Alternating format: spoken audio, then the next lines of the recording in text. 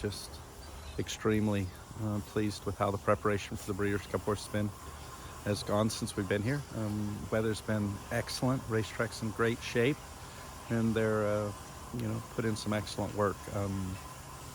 Had Echo Zulu work today, Epicenter, Society, Clairiere, Grand Love, all of them putting in solid moves and appear to come out of it good, cooled out nicely, and we're within 3 weeks of the Breeders' Cup, which is extremely exciting. These were pretty serious works, but I guess next week will be well. They've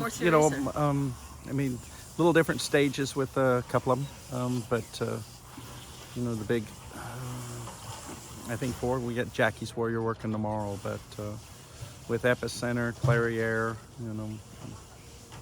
Jackie's Warrior and stuff going in off pretty good layoffs, fresh, but they've put in some very solid moves, and just love the shape they're in right now. Talk about Clairiere and that last race, just a complete pitch out. Well, acting I up in the don't. gate. You know what I mean? I don't. Nothing's a complete pitch out. It is what it is. But she, she's been schooled at the gates several times since. She's training wonderfully. Everybody's aware of what she is capable of doing, and we expect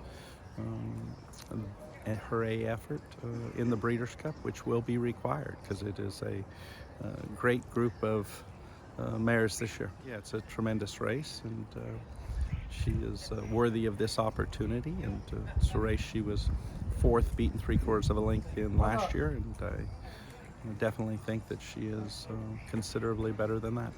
Your horses are famously good in the gate. So, was that just something completely out of the blue in her last start?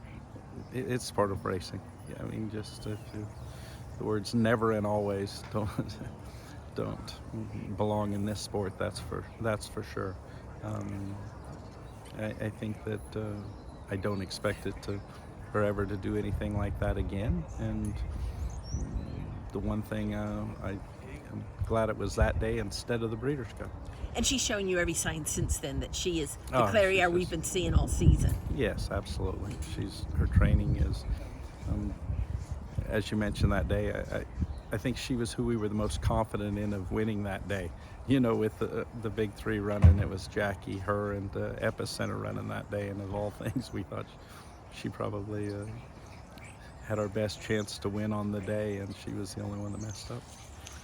Speaking of Epicenter coming off the big win in the Travers, you said going into the race, okay, enough with the excuses. It's time to get the job done. And he certainly did. Just sort of talk about the satisfaction of that. Absolutely. I think that he's been a obviously talented and well-respected 3-year-old all year. Some valiant efforts without wins in the Derby and in the Preakness, but he has definitely put it all together in the Jim Dandy and the Travers, and I think he's had plenty of solid runs this year. Feel great about him coming into the Breeders' Cup fresh and sharp, and he's run excellent to this point, and all we expect him to do is to run even better. You're not one to duck a challenge. Just a couple of the older horses, people are using terms generational for Flightline. Well, they are unbelievably impressive, but as we saw yesterday, horses' reputations don't win races. You can have all the opinion you want, but the truth is you got to do it again when it matters. Since there's common ownership with Ron Winchell, can you compare him with Gunrunner at 3 going into the Breeders' Cup, where you went in the dirt mile rather than the Classic? Well, I think that it's Gunrunner ending up the champion and horse of the year that he ended up being. The next year was, how he finished off the year, and I think that that's how all horses should be judged, is when their career's over, not while they're in the middle of it. But simple as numbers, Epicenter's a faster horse at 3 than Gunrunner was at 3, and he gives us all of the indications, physically and mentally, that he is going to improve also. Oh, he's also a Grade 1 winner in a mile and a quarter.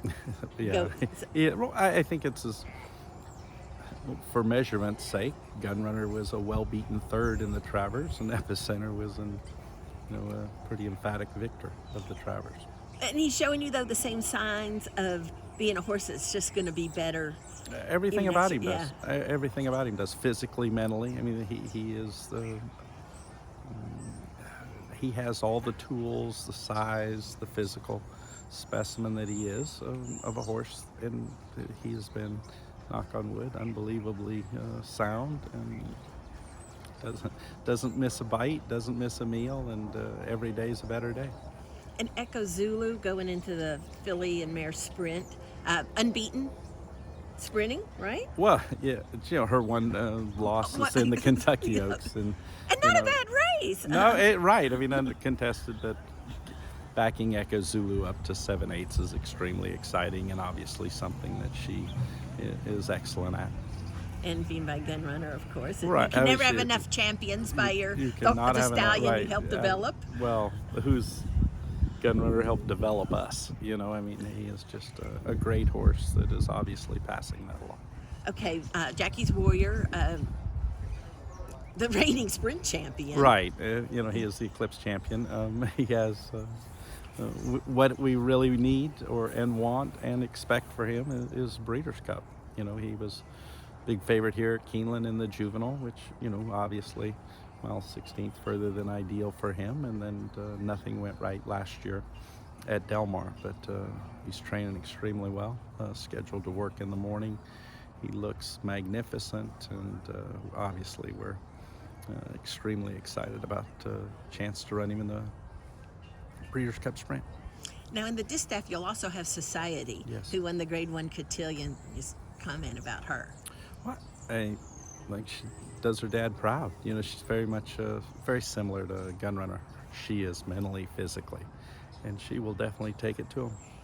One thing about the gun runners, you have some leading gun runners, but you also have some gun runners you got to beat. Like speaking of the classic, Right. with Epicenter. I mean, that sounds stupid, but good news, bad news. The good news is gun runners winning for everybody. Gun runners. The bad news is sometimes you got face no bad news to it. I mean, I think a perfect example of that is this year's Preakness. We go in there expecting Epicenter to win, and consolation prize was early voting being a classic winner. So, and there's a great sense of pride in being associated with Gunrunner, and to watch all of his offspring have success. About all the horses that go in the Breeders' Cup that worked this morning, because I know there was some. Grand Love, the Grand Love. juvenile filly. She's extremely talented, a Gunrunner, and I think that her best is yet to come. She reminds us a tremendous amount. Like Society does, just got a huge rhythm about her, tremendous constitution, and I think that she will have a breakout performance in the juvenile fillies. Her last race, she was only her second start. Right, Learned a and lot. and I think racetrack's playing a little odd that day and stuff, and she come up a little empty, but off her 6.5 furlong maiden race, I think that she got a lot out of it, and I love all the indications on how she is trained here at Keeneland since. Private Creed going in the juvenile turf sprint, right. and obviously in great form, won the prep here, Right. won at Kentucky Downs. He had a breakout performance at Kentucky Downs in the juvenile sprint there. Was concerned a bit, spoke with, there was a little debate on whether to stretch him out to the Bourbon, or, ironically, the prep for the Breeders' Cup mile juvenile turf is a mile and a 16th, backing up a mile, and just a little concerned about backing him up to the 5.5 here, as big as he is and as physical as he is. But he was extremely sharp in hand, and love how he ran. So obviously we are going to go forward with him to the Breeders' Cup Was it turf sprint.